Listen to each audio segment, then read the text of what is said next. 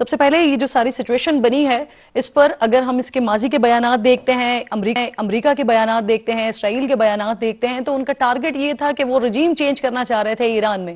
اب جب یہ سچویشن بنی، جب ان کی اعلیٰ قیادت ان کو ایلیمنیٹ کر دیا گیا، اس وقت تک جو ایران سے خبریں آ رہی ہیں، تو کیا آپ کو جو وہ ٹارگٹ تھا، جو رجیم چینج کا ٹارگٹ تھا، کیونکہ وہ چاہ رہے تھے کہ وہاں کے عوام اٹھ کھڑے ہوں، آپ کو لگتا ہے یہ اس وقت بھی، اس سچویشن میں بھی کیا ممکن ہے ایران میں؟ جی، آج اس وقت ہم یہ بات کر رہے ہیں ابھی تو نظر نہیں آ رہا، بلکہ کہنا چاہیے کہ غالباً ایران میں چونکہ ایک حالت جنگ ہے تو وہاں تو پروٹیسٹ نہیں ہو سکتے، زیادہ پروٹیسٹ تو پاکستان میں ہوتے ہوئے نظر آ رہے ہیں۔ تو ایک ایسی پروٹیسٹ جو رجیم چینج کر سکے، اس کی ابھی تک ایران میں تو کوئی ہمیں اس کے شواہد نظر نہیں آ رہے۔ اب یہ ہے کہ لیکن ایک ضرور اس میں ایک کہتے ہیں نا نوٹ آف کوشن ہے، وہ یہ ہے کہ جس کامیابی سے ایران کی اعلیٰ ترین قیادت اور ان کی اعلیٰ ترین جو عسکری قیادت تھی اس کو آج اسرائیل نے ایلیمنیٹ کیا ہے، اس کا مطلب ہے کہ اسرائیل کے حکومت کے اندر بہت گہرے جو ہے نا وہ ہاتھ پہنچے ہوئے ہیں۔ تو اگر ایک انٹرنل جو چینج ہے اس کو میں رول آؤٹ نہیں کر سکتا، اسی وجہ سے کہ انہوں نے یہ اب دوسری دفعہ ہوا ہے کہ ایران کی اعلیٰ ترین عسکری قیادت تک کو انہوں نے وائپ آؤٹ کر دیا ہے۔ تو انٹرنل چینج آپ کی ایک لائن ممکن ہے، ڈراپ لیکن ہوئی ہے، دوبارہ آپ کو رابطہ کرنے کی کوشش کرتے ہیں۔ آپ کی آواز آ رہی ہے، پلیز کنٹینیو کیجئے۔ میں یہی کہہ رہا ہوں جی کہ جو تو عوامی کہتے ہیں نا غم و غصے کی بنیاد پہ تو رجیم چینج ہوتا ہوا نظر نہیں آ رہا۔ رجیم چینج کی اگر واحد کوئی اس وقت پاسبلٹی ہے وہ یہی ہے کہ اگر ایران کی حکومت کے اندر سے کوئی ایک سازش ہو، اور لیکن اس کی بھی ابھی تک ہمیں کوئی واضح شواہد نہیں ہے۔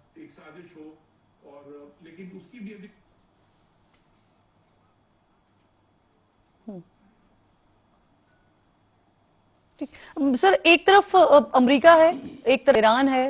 امریکہ اسرائیل کو اگر آپ کلب کر کے دیکھ لیں، دوسری طرف ایران کو دیکھ لیں، پھر خلیجی ممالک ہیں، اور پھر پاکستان کی بھی سچویشن کو آپ دیکھ لیں، پاکستان کہاں سٹینڈ کر رہا ہے سر؟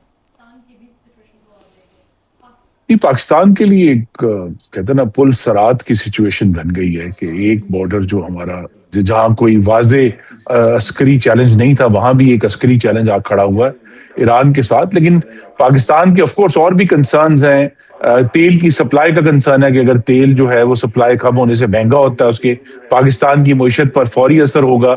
اسی طرح ہماری ریمیٹنسز ہیں گلف ریجن میں، ان کے اوپر ضرور اثر ہوگا کہ وہ اس میں کوئی کمی ہوتی ہے، یا ہماری وہاں جو نوکریاں لوگ کر رہے ہیں ان میں کوئی کمی آتی ہے، اس کا بھی ایک اثر ہے۔ اور تیسرا آف کورس انٹرنل ایک ایشو ہے کہ ہمیں کس طرح جو ہماری شیعہ پاپولیشن ہے 15 سے 20% پاکستان کی، ان کے ساتھ فوری طور پہ ہمیں جو ہے وہ روابط کرنے ہیں، ان کے ساتھ کمیونیکیٹ کرنا ہے کہ پاکستان جو ہے اس کا اندرونی جو سٹیبلٹی ہے اور اس کا اندرونی امن جو ہے وہ بھی ایک بہت ہائی پرائیورٹی ہے۔ بالکل ٹھیک۔ زخم صاحب، جو بات طلعت صاحب بریک سے پہلے کر رہے تھے، اور وہی سوال پھر میں آگے آپ کی طرف لے کر آئی تھی، خلیجی ممالک کا کردار اب آپ کیا اور کس طرف جاتا ہوا دیکھتے ہیں؟ کیونکہ جب ریٹیلیٹ کیا گیا ایران کی طرف سے تو فوری طور پر سٹیٹمنٹس آنا شروع ہو گئے تھے کہ ہم اپنے حق کا جو دفاع کا حق ہے اسے محفوظ رکھتے ہیں۔ تو اب آپ کو وہ کہاں کھڑے ہوئے دکھائی دے رہے ہیں؟ کیا آپ بھی یہی سمجھتے ہیں کہ اب امریکہ کی طرف سے کوشش کی جائے گی جو خلیجی ممالک ہیں یا جن کے بیسس پر اٹیک کیا گیا ہے ان کو انگیج کیا جائے؟ کیا ہو رہا ہے آگے؟ دیکھیے، خلیجی ممالک جو ہیں وہ وہاں پہ امریکہ کی بیسیز ہیں بنیادی طور پہ، اسی وجہ سے ایران اٹیک کر رہا ہے۔ لیکن ہم دیکھ رہے ہیں کہ اس وقت تک محسوس ہو رہا ہے اٹیکس تھوڑے اس سے زیادہ ہیں۔ ان کو ایک صاف ٹارگٹ کی طور پر بھی ایران جو ہے وہ خلیجی ممالک کو اٹیک کر رہا ہے۔ اب خلیجی ممالک کا مسئلہ یہ ہے کہ وہ اس طریقے سے محفوظ نہیں ہے جس طریقے سے اسرائیل مثال کے طور پہ محفوظ ہے، یا امریکہ دور ہونے کی وجہ سے محفوظ ہے۔ تو ان کے پاس کوئی ایسا ڈیفنس سسٹم نہیں ہے کہ وہ اٹیک سے بچ سکیں۔ پھر اس وجہ سے بھی وہ صاف ٹارگٹ ہیں کہ جس طرح کے میزائل خلیجی ممالک کو ٹارگٹ کرنے کے لیے چاہیے، مڈ رینج والے، وہ ایران کے پاس بہت بڑی تعداد میں موجود ہیں۔ اور خلیجی ممالک پر جب ایک اثر پڑتا ہے تو آپ نے آبنائے ہرمز کی مثال کے طور پہ بات کی کہ آبنائے ہرمز جو ہے اس سے 20% تیل دنیا کا جاتا ہے، اور اگر یہ جو 20% ہوتا ہے یہ اتنا بڑا ہے کیونکہ اتنا سرپلس اویلیبل نہیں ہے۔ اگر 20% آپ تیل نکال لیں تو کوئی ایسا سرپلس نہیں ہے اس کو جو فل کر لے۔ اب اس کو جب فل کرنے کے لیے سرپلس نہیں ہے تو اس کا ایک اکانومی میں ایک بڑا سادہ نتیجہ نکلتا ہے. جب ڈیمانڈ اور سپلائی کے درمیان میں ایسا مس میچ ہوتا ہے اور 20% بہت بڑا مس میچ ہوتا ہے, 10% بھی بہت بڑا مس میچ ہوتا ہے, جس پہ پرائسز ڈبل ٹرپل ہو سکتی ہیں. ایک تو وہ تیل, اور دوسری بات یہ دیکھیے کہ یہ خلیجی ممالک اس وقت ورلڈ اکانومی کا ہب ہے. جی یہ صرف لوکل اکانومی کی بات نہیں ہے, دنیا بھر کی اکانومی وہاں پہ کتنی انویسٹڈ ہے, کتنے ہیڈ کوارٹرز ہیں, کتنے سافٹ ویئر ہاؤسز ہیں. اس کی وجہ سے ایک پوری جو دنیا کی اکانومی اور ویسٹرن اکانومی ہے اس بھی رسک میں آتا ہے.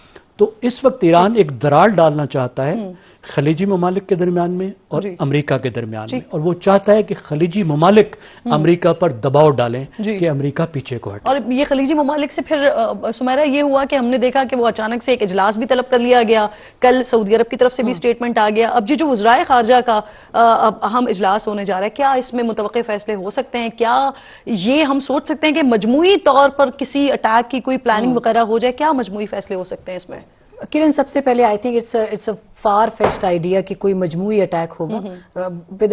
آئی think it's a clear picture right now. جو 8 ممالک پہلے ان کا ایک گروپ بنا تھا, نیو یارک میں ملے تھے پریزیڈنٹ ٹرمپ سے, تب بھی ایک چیز یہ ڈسکشن میں آئی تھی, اگر آپ کو یاد ہو, اس میں بھی غالباً 72 گھنٹوں میں سب سے زیادہ ہمارے پرائم منسٹر سے ان کی پریزیڈنٹ ٹرمپ سے ملاقات ہوئی تھی 3 مرتبہ 2-3 ایونٹس کے اوپر. ایک تو کوئی مجموعی اٹیک ہوتا نظر نہیں آتا, کیونکہ you so Jordan, you so Lebanon, Syria, یہ تو ان کے ساتھ ہی ویسٹ بینک کے ساتھ ہی کے ملک ہیں.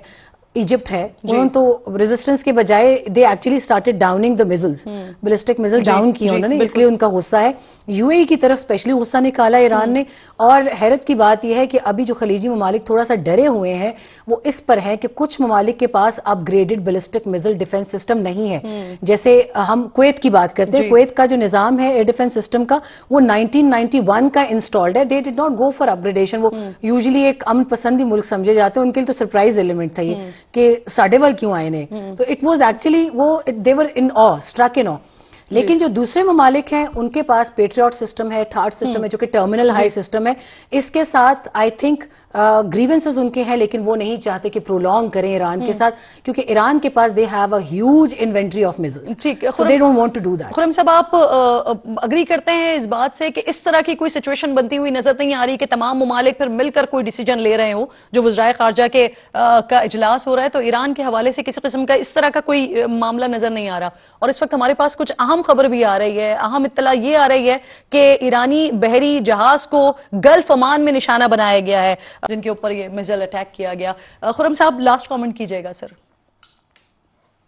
جی, آپ نے مجھ سے گلف کنٹریز کے بارے میں سوال پوچھا تھا. اس میں بڑا ایک دلچسپ سچویشن ہے کہ ان تمام جو عرب ممالک ہیں ان کی زمین پر امریکہ کی موجودگی ان کے تحفظ کی بجائے ان کے لیے خطرہ بن گئی ہے, اور ان کو اب حملوں کا سامنا ہے, اور امریکہ ان کو بچانے کے لیے کوئی ایکشن نہیں کر رہا.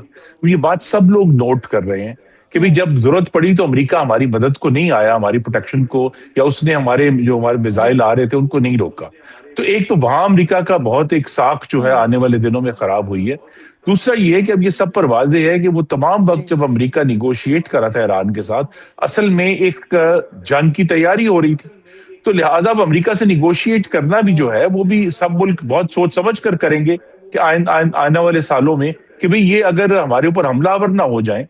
اور تیسری چیز یہ ہے کہ یہ بات واضح ہے کہ امریکہ نے کوئی سبق نہیں سیکھا عراق اور افغانستان سے, کیونکہ امام غزالی نے کہا تھا کہ 1 سال کی بدامنی جو ہے وہ 100 سال کی ظلم کی حکومت سے بدتر ہے.